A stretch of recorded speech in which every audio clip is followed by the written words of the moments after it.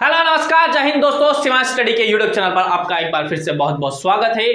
भारतीय संविधान की सीरीज चल रही है और उसी भारतीय संविधान की सीरीज को आगे बढ़ाते हैं और देखते हैं आज का जो सेशन है हमारा वो फंडामेंटल राइट से संबंधित होगा।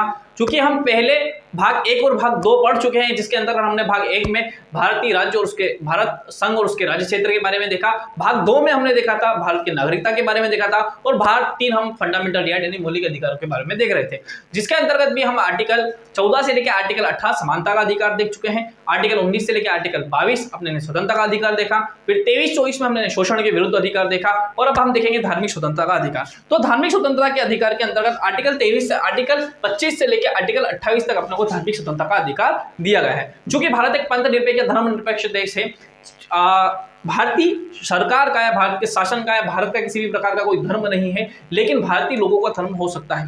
ठीक है, भारत का पंथ निरपेक्ष होना या भारत का धर्म निरपेक्ष होना भारत की एक मूल ढांचे का सार है। इसमें सुप्रीम कोर्ट ने ऐसा भी कहा है कि भारत का जो पंथ निरपेक्ष है वो भारतीय संविधान का मूल ढांचा है, अर्थात भारत हमेशा एक पंथ निरपेक्ष राष्ट्र रहेगा, ना कि किसी एक विशेष धर्म को दर्जा देने वाला राष्ट्र बन जाएगा। जैसे पाकिस्तान मुस्लिम धर्म को देता है, वैसे हिंदुस्तान में ऐसा नहीं होगा कि हिंदू धर्म को, सिख धर्म को या किसी अन्य धर्म को मानने वाले ही रहे।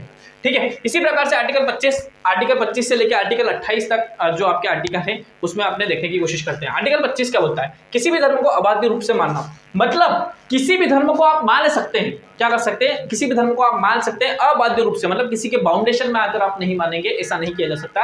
अबाध्य रूप से मान सकते हैं। क्या कर सकते हैं? उसके अलावा प्रचार प्रसार कर सकते हैं, उसका आचरण कर सकते हैं। इन चार बातों को इसमें दे रखा है आर्टिकल 25 में। अब देखो इसमें अपने इसको थोड़ा डिटेल में देखते हैं तो अंतःकरण की स्वतंत्रता का मतलब क्या होता है। आर्टिकल जो 25 है उसका एक क्या बोलता है? अंतःकरण की स्वतंत्रता, यानी अंतःकरण की स्वतंत्रता, यानी कि क्या आप किसी भी क्या कर सकते हैं, यहाँ पे ईश्वर के किसी भी रूप को मान सकते हैं। ईश्वर के आप मूर्त रूप को मान सकते हैं, अमूर्त रूप को मान सकते हैं। उसके साथ में, उस रूप के साथ में, ईश्वर के उस रूप के साथ में अपने हिसाब से संबंध स्थापित कर सकते हैं। आप हाथ जोड़कर पूजा करजिए, ऐसे करके नमाज पढ़िए, ठीक है, गुरुद्वारे में जाइए, आप चर्च में जाइए, ठीक है, वहां पर जाके आप मोमबत्ती लगाइए। तो आप ईश्वर के किसी भी रूप को मान सकते हैं और क्या कर सकते हैं, आप क्या कर सकते हैं, उसके साथ में अपने संबंध स्थापित कर सकते हैं। ठीक है, चलिए उसके बाद में क्या बोलता है? मानने की स्वतंत्रता, मतलब आप किसी के बिना भय में आए हुए किसी भी धर्म को मान सकते हैं, बिना किसी भय के किसी भी धर्म को मानने की आप घोषणा भी क्या कर सकते हैं, कर सकते हैं। ठीक है, किसी भी धर्म को मानने और उसको मानने के संबंध में, उसकी घोषणा करने के संबंध में अधिकार प्राप्त करता है। ठीक है, आचरण करने का अधिकार, यानी कि क्या, मैं पंडित जी हूं तो मैं क्या कर सकता हूं? तिलक लगा सकता हूं, त्रिशंकु लगा सकता हूं, ठीक है, क्या कर सकता हूं, ये क्या कर सकता हूं, कर सकता हूं, आचरण कर सकता हूं। अगर मैं क्या हूं, मौलाना हूं तो क्या कर सकता हूं? एक टोपी लगा के घूम सकता हूं। ठीक है, मैं एक पाजी हूं, सरदार जी हूं तो मैं एक पगड़ी लगा के कर सकता हूं, घूम सकता हूं।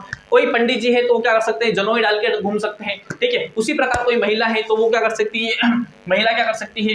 हिजाब पहन सकती है, बुर्खा पहन सकती है। तो इसी प्रकार से क्या किया गया है, आपको उसका आचरण करने का, हाँ, कि मैं किस धर्म का हूं उस प्रकार का आपको बताने का क्या है, आपको अधिकार देता है आपका आर्टिकल 25 का 3। ठीक है, प्रचार प्रसार करने का अधिकार, मतलब क्या बोलता है? प्रचार प्रसार करने का अधिकार, आपके धार्मिक सिद्धांतों का प्रचार प्रसार करने का अधिकार है। अलग अलग पंडाल लगाते हैं, भगवद गीता का आप पाठ करते हैं, बड़े बड़े पंडाल लगते हैं, उसमें आप क्या करते हैं?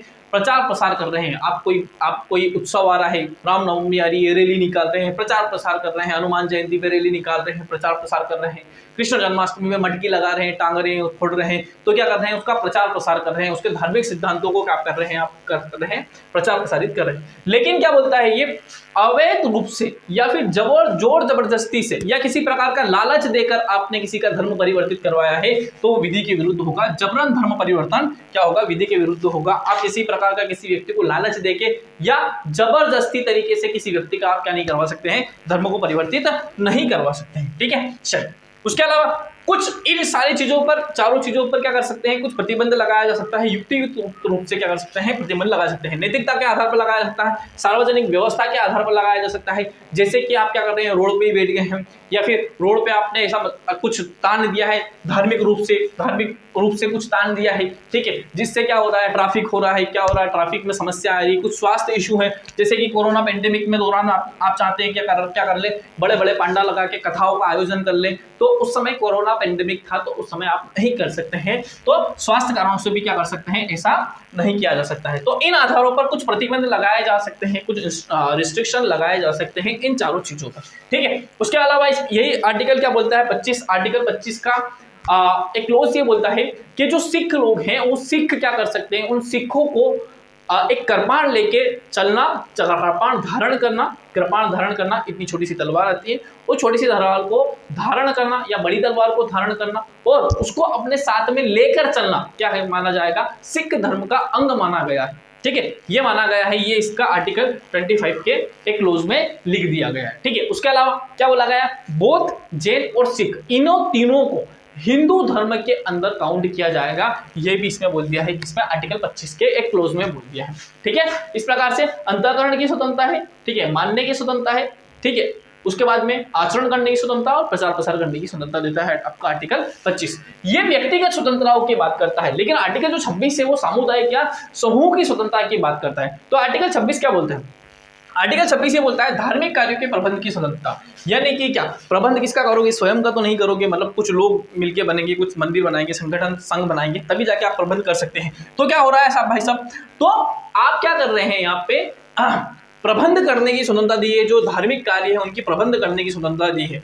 धार्मिक मूर्त और अमूर्त संस्थाओं की स्थापना करने का, मूर्त संस्थानों की भी स्थापना कर सकते हैं, अमूर्त संस्थानों की भी स्थापना कर सकते हैं, मंदिर, मस्जिद, गुरुद्वारा, ठीक है, चर्च, इन सब की क्या कर सकते हैं आप, इनकी स्थापना कर सकते हैं। अमूर्त संस्थाएं भी जो होती हैं, जैसे केवल नाम लिख दिया और इधर उधर लोग फैले हुए हैं तो वो अमूर्त है, ठीक है। तो उन दोनों संस्थाओं की क्या कर सकते हैं आप, स्थापना कर सकते हैं, उनका पोषण कर सकते हैं, उनके पोषण के लिए धन अर्जित कर सकते हैं, इसकी स्वतंत्रता दी गई है। धार्मिक संस्थाओं के कार्यों को प्रबंध करने की स्वतंत्रता, जो आपने मंदिर, मस्जिद, गुरुद्वारे, चर्च जो बनाए हैं उनका प्रबंधन, उनका मैनेजमेंट किस प्रकार से होगा, वहां पर कौन से पंडित जी आएंगे, किस समय पे आरती करेंगे, किस समय पे क्या होगा, कौन सी पूजा होगी, किस समय भोग लगेगा, क्या क्या किस समय होगा, इस प्रकार का आपको क्या है अधिकार दे रखा है, संस्थानों के प्रबंध का अधिकार दे रखा है। चल और अचल संपत्ति को अर्जित करने का और उसका स्वामित्व करने, दोनों का अधिकार आपको दिया गया है, ठीक है। चलो, और संपत्ति का विधि के अनुसार शासन करने का, इस प्रकार से जो भी आपने आर्टिकल 26 के तहत जो भी संपत्तियां प्राप्त की है उसका विधि के अनुसार, कानून के अनुसार आप क्या कर सकते हैं, शासन कर सकते हैं उस संपत्ति के ऊपर, ठीक है। चलो, उसके अलावा इसमें क्या बोला गया, आर्टिकल 27 आता है, आर्टिकल 26 छोटा ही है, ज्यादा बड़ा नहीं है, हालांकि इसमें कुछ और भी पॉइंट है लेकिन वो अपने इतने काम के नहीं है, ठीक है। जैसे ये बोला गया है एक व्यक्तियों का समूह होना चाहिए तभी किसी को धर्म माना जाए, उसके लिए एक सामान्य संगठन होना चाहिए, एक सामान्य नाम होना चाहिए, तो ही किसी को धर्म माना जाएगा, अन्यथा नहीं माना जाएगा। उसके बाद में क्या बोलता है, आर्टिकल 27 क्या बोलता है, धर्म की अभिवृद्धि के लिए करों के सदस्य से स्वतंत्रता। टेक्निकल लैंग्वेज में नहीं जाते, टेक्निकल किसी को भी समझ में नहीं आता, अपने इजी लैंग्वेज में, अपने बिल्कुल मालवी वाली में समझते हैं। क्या बोलता है, ऐसा बोलता है कि धर्म की अभिवृद्धि के लिए, मतलब किसी धर्म को बढ़ाने के लिए, किसी धर्म को और प्रचारित करने के लिए, ठीक है, करों के सदाय से स्वतंत्रता, मतलब क्या बोलता है आगे, राज्य जो राज्य को कर प्राप्त होता है, जो सरकार को कर प्राप्त होता है, उस कर से जो प्राप्त आय है, उस आय को सरकार किसी विशेष धर्म के उत्थान के लिए खर्च नहीं कर सकती है, किसी विशेष धर्म के उत्थान के लिए खर्च नहीं कर सकती है, कर से जो प्राप्त आय है उसको, ठीक है, यह नहीं कर सकती है।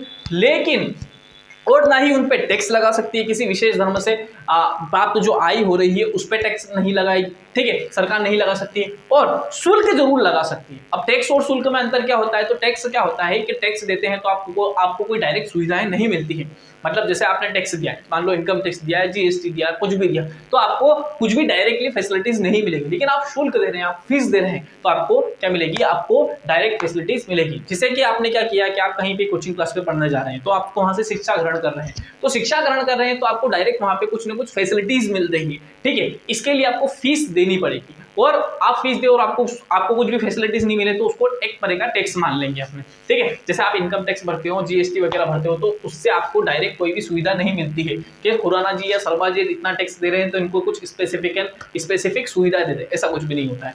शुल्क में क्या होता है, शुल्क लगाकर सरकार क्या कर सकती है, कुछ विशेष सुविधा दे सकती है उनको, तो शुल्क लगाया जा सकता है, टैक्स नहीं लगाया जा सकता है। इसके आधार पर धर्म की अभिवृद्धि के लिए करों के स्वतंत्रता के आधार, ठीक है। चलो, उसके अलावा इसमें क्या क्या रखा गया है कि ये वाला आर्टिकल 27 यहाँ पर पूरा हो जाता है। ठीक है, आर्टिकल 28 क्या बोलता है? आर्टिकल 28 ये बोलता है भाई साहब, आर्टिकल 28 ये बोलता है कि धार्मिक शिक्षा में उपस्थित होने से स्वतंत्रता।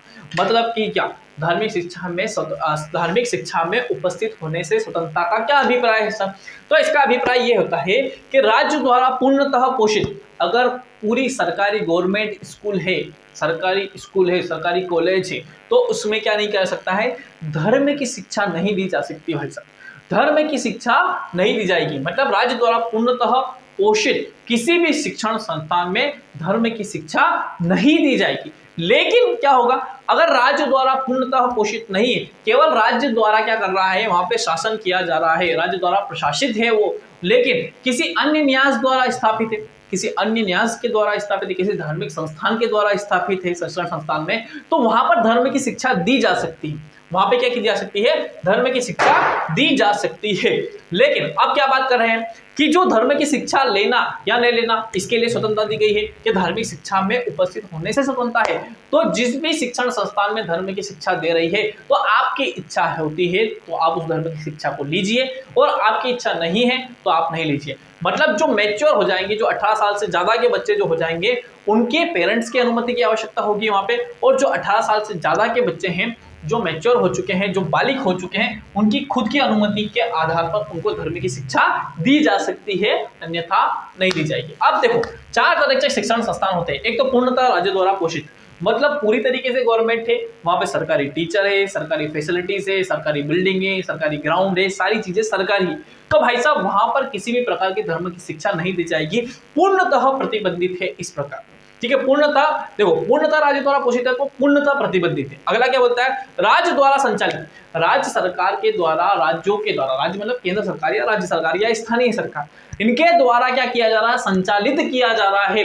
लेकिन उसकी स्थापना किसी न्यास, किसी मठ, किसी संस्थान के द्वारा की गई है, तो क्या किया जाएगा? यहाँ पर आप क्या कर सकते हैं? यहाँ पर आप धर्म की शिक्षा दे सकते हैं। जैसे सरस्वती शिशु मंदिर को देख लेते हैं, गुरु तेग बहादुर एकेडमी को देख लेते हैं, तो बहुत सारे ऐसे शिक्षण संस्थान है जहाँ पर धर्म की शिक्षा दी जा सकती है भाई साहब। तो क्यों दी जा सकती है? क्योंकि उन्हीं धार्मिक संस्थानों के द्वारा ही उसकी स्थापना की गई है, इसलिए वहां पर धर्म की शिक्षा दी जा सकती है। अब एक होता है राज्य द्वारा मान्यता प्राप्त, जैसे कोई भी स्कूल खोला जाता है तो उसकी राज्य तक की मान्यता लेनी पड़ती है भाई साहब। तो उस राज्य द्वारा मान्यता प्राप्त शिक्षण संस्थानों में क्या धर्म की शिक्षा दी जा सकती है?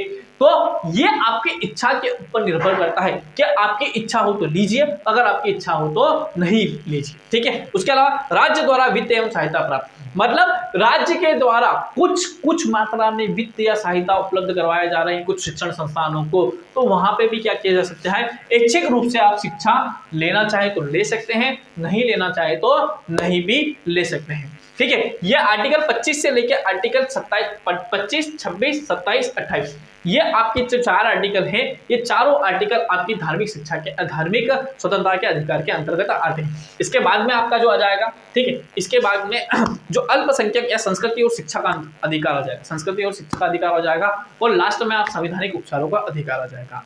आई होप ये वाला वीडियो आपके जो आपकी तैयारी है उसमें बहुत ही आपकी तैयारी में बहुत ही अच्छा साबित होगा, तैयारी को और अच्छा बनाने के लिए अच्छा साबित होगा। ठीक है, आज के लिए इतना ही काफ़ी है। बहुत बहुत धन्यवाद, थैंक यू, जय हिंद।